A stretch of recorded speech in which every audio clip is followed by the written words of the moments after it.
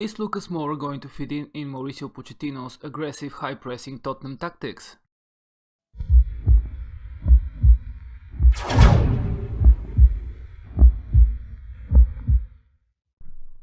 Hi guys, this is the What If League, and today's experiment is based around Lucas Moura's transfer to Tottenham that happened on deadline day from Paris Saint-Germain, and we're going to see how the Brazilian right winger is fitting in his new London club.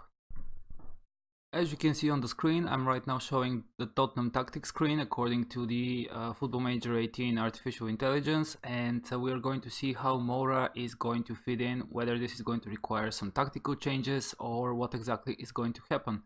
Lucas Moura, who managed to get a transfer in the end of the January transfer window. We are starting this experiment on the 29th of January 2018, which in reality means that the transfer hasn't yet happened, but this doesn't matter. Now I'm going to fast forward until the end of this season to see how it all develops. Here we are, it's the 2nd of June 2018, and Tottenham are finishing the season in 6th place with 67 points against their name, 2 less than 5th place Arsenal. Champions are Manchester City, something to be expected considering their huge lead in the middle of the season. Manchester United, Chelsea and Liverpool make up the top 4. So first of all, let's have a quick look at Tottenham and see what is happening there. Mauricio Pochettino, of course, is still the coach. Their key player is Toby Alderweireld. Nothing significantly has changed here. Let's see the transfers. They have bought Thiago Aspas from Celta Vigo for £35.5 million. That's an interesting transfer. And also they managed to get on a free transfer Philipp Wolscheid, who is a central defender, a German player. Now let's check also the tactic screen if Moura has fit in this. No, he hasn't. As you can see, he is here in the substitutes. I'm not sure what does this mean for him, whether he has played a lot of games. So let's have a quick look at that.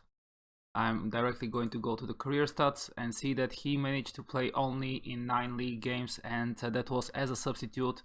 He managed to score just 1 goal. Additionally, here is his stats screen to better understand how did he perform. An average rating of 6.86, which means that he was not all that impressive.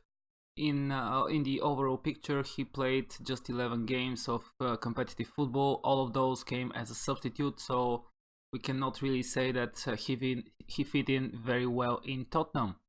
Now let's also have a look at how did Tottenham perform this season with him, and what happened with their competition runs. So where we began the experiment was somewhere after the Crystal Palace game. Then they defeated Huddersfield, then Bournemouth. Let's see what happened next.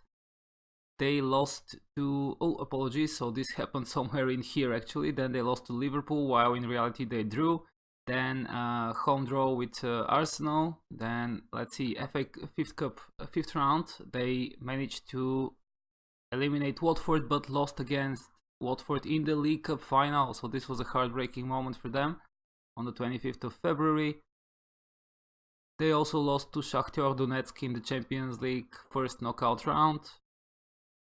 What happened afterwards? FA Cup 6th round, they managed to eliminate Brighton, and then in the semis they eliminated Manchester United on penalties, only to lose in the final against Pep Guardiola's Manchester City. So 2 finals, 2 losses unfortunately for Tottenham and Mauricio Pochettino. All in all, not the best first season for Lucas Moura in London. They finished 6th in the league, 2 lost finals, and Moura himself only managed to record 11 sub appearances. So now I'm going to fast forward 3 more years into the future and see if things get any better for him. Here we are now at the 2nd of June 2021, where we last left off, and champions were Manchester City. Let's see what happened next season. Next season, Manchester United were crowned champions. Tottenham again managing to miss out on Champions League football, this time in 5th position, and on the same points with Liverpool, who were 4th, but unfortunately for them, they have inferior goal difference, and this puts them in the 5th spot. Year after that, Tottenham again finishing in 5th position, which means no Champions League football for them. They finished just behind Manchester United, who were champions for the 2nd time, City, Arsenal and Liverpool. And in the last season, Manchester United managed to record a 3rd successive title, while Tottenham slumped to the 8th position. So this is very, very bad performance from the Spurs. Let's have a quick look at their team. Ernesto Valverde is now their manager, and Sadio Mane has been brought.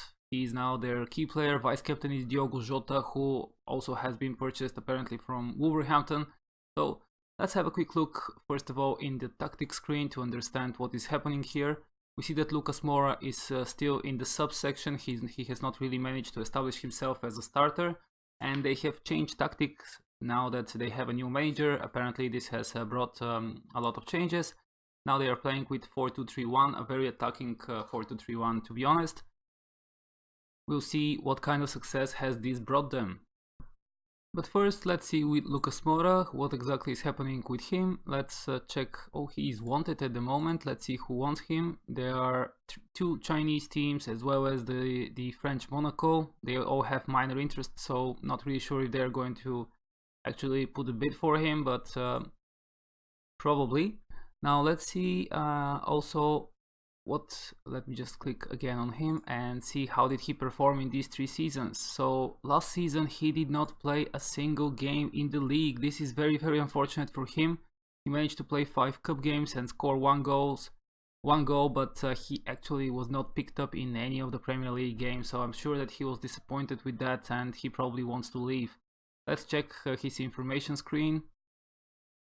Has a preference to play for Sao Paulo, would prefer not to play in Russia, Ukraine or Turkey, and wants to stay in England, flattered by the interest being shown in him.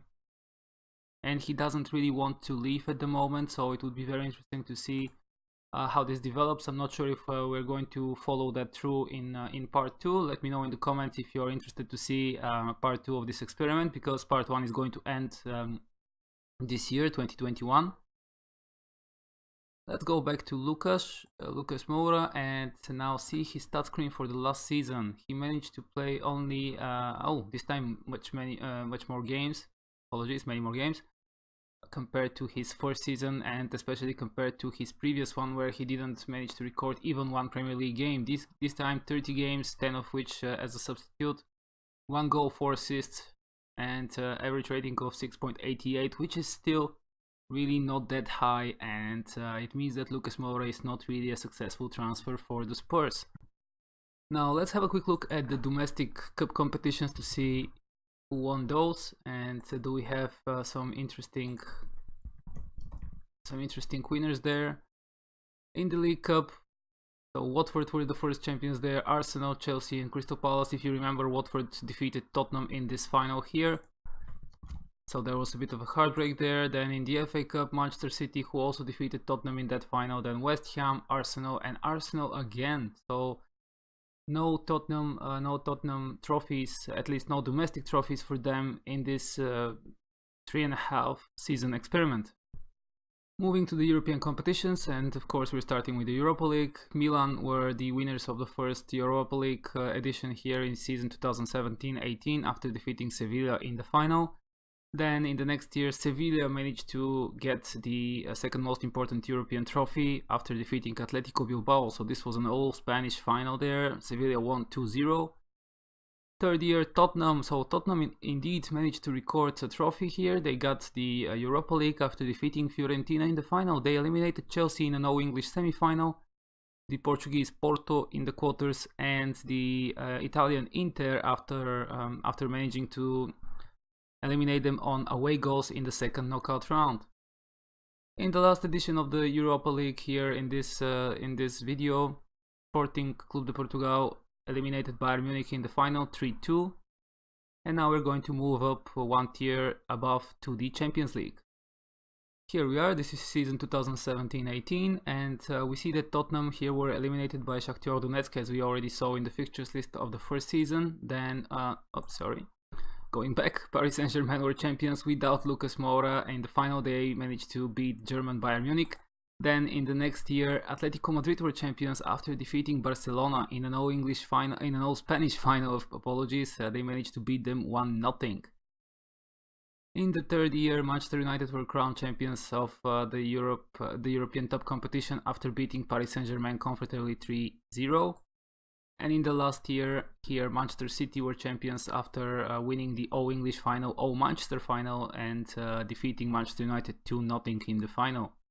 In that game played at the Millennium Stadium. Tottenham were eliminated here in the first knockout round by Dortmund. Tottenham qualified for the Champions League after winning the Europa League, so this is why you can see them here. If you remember, in the Premier League they did not manage to record a good enough ranking to qualify for the Champions League the ordinary way, I would say.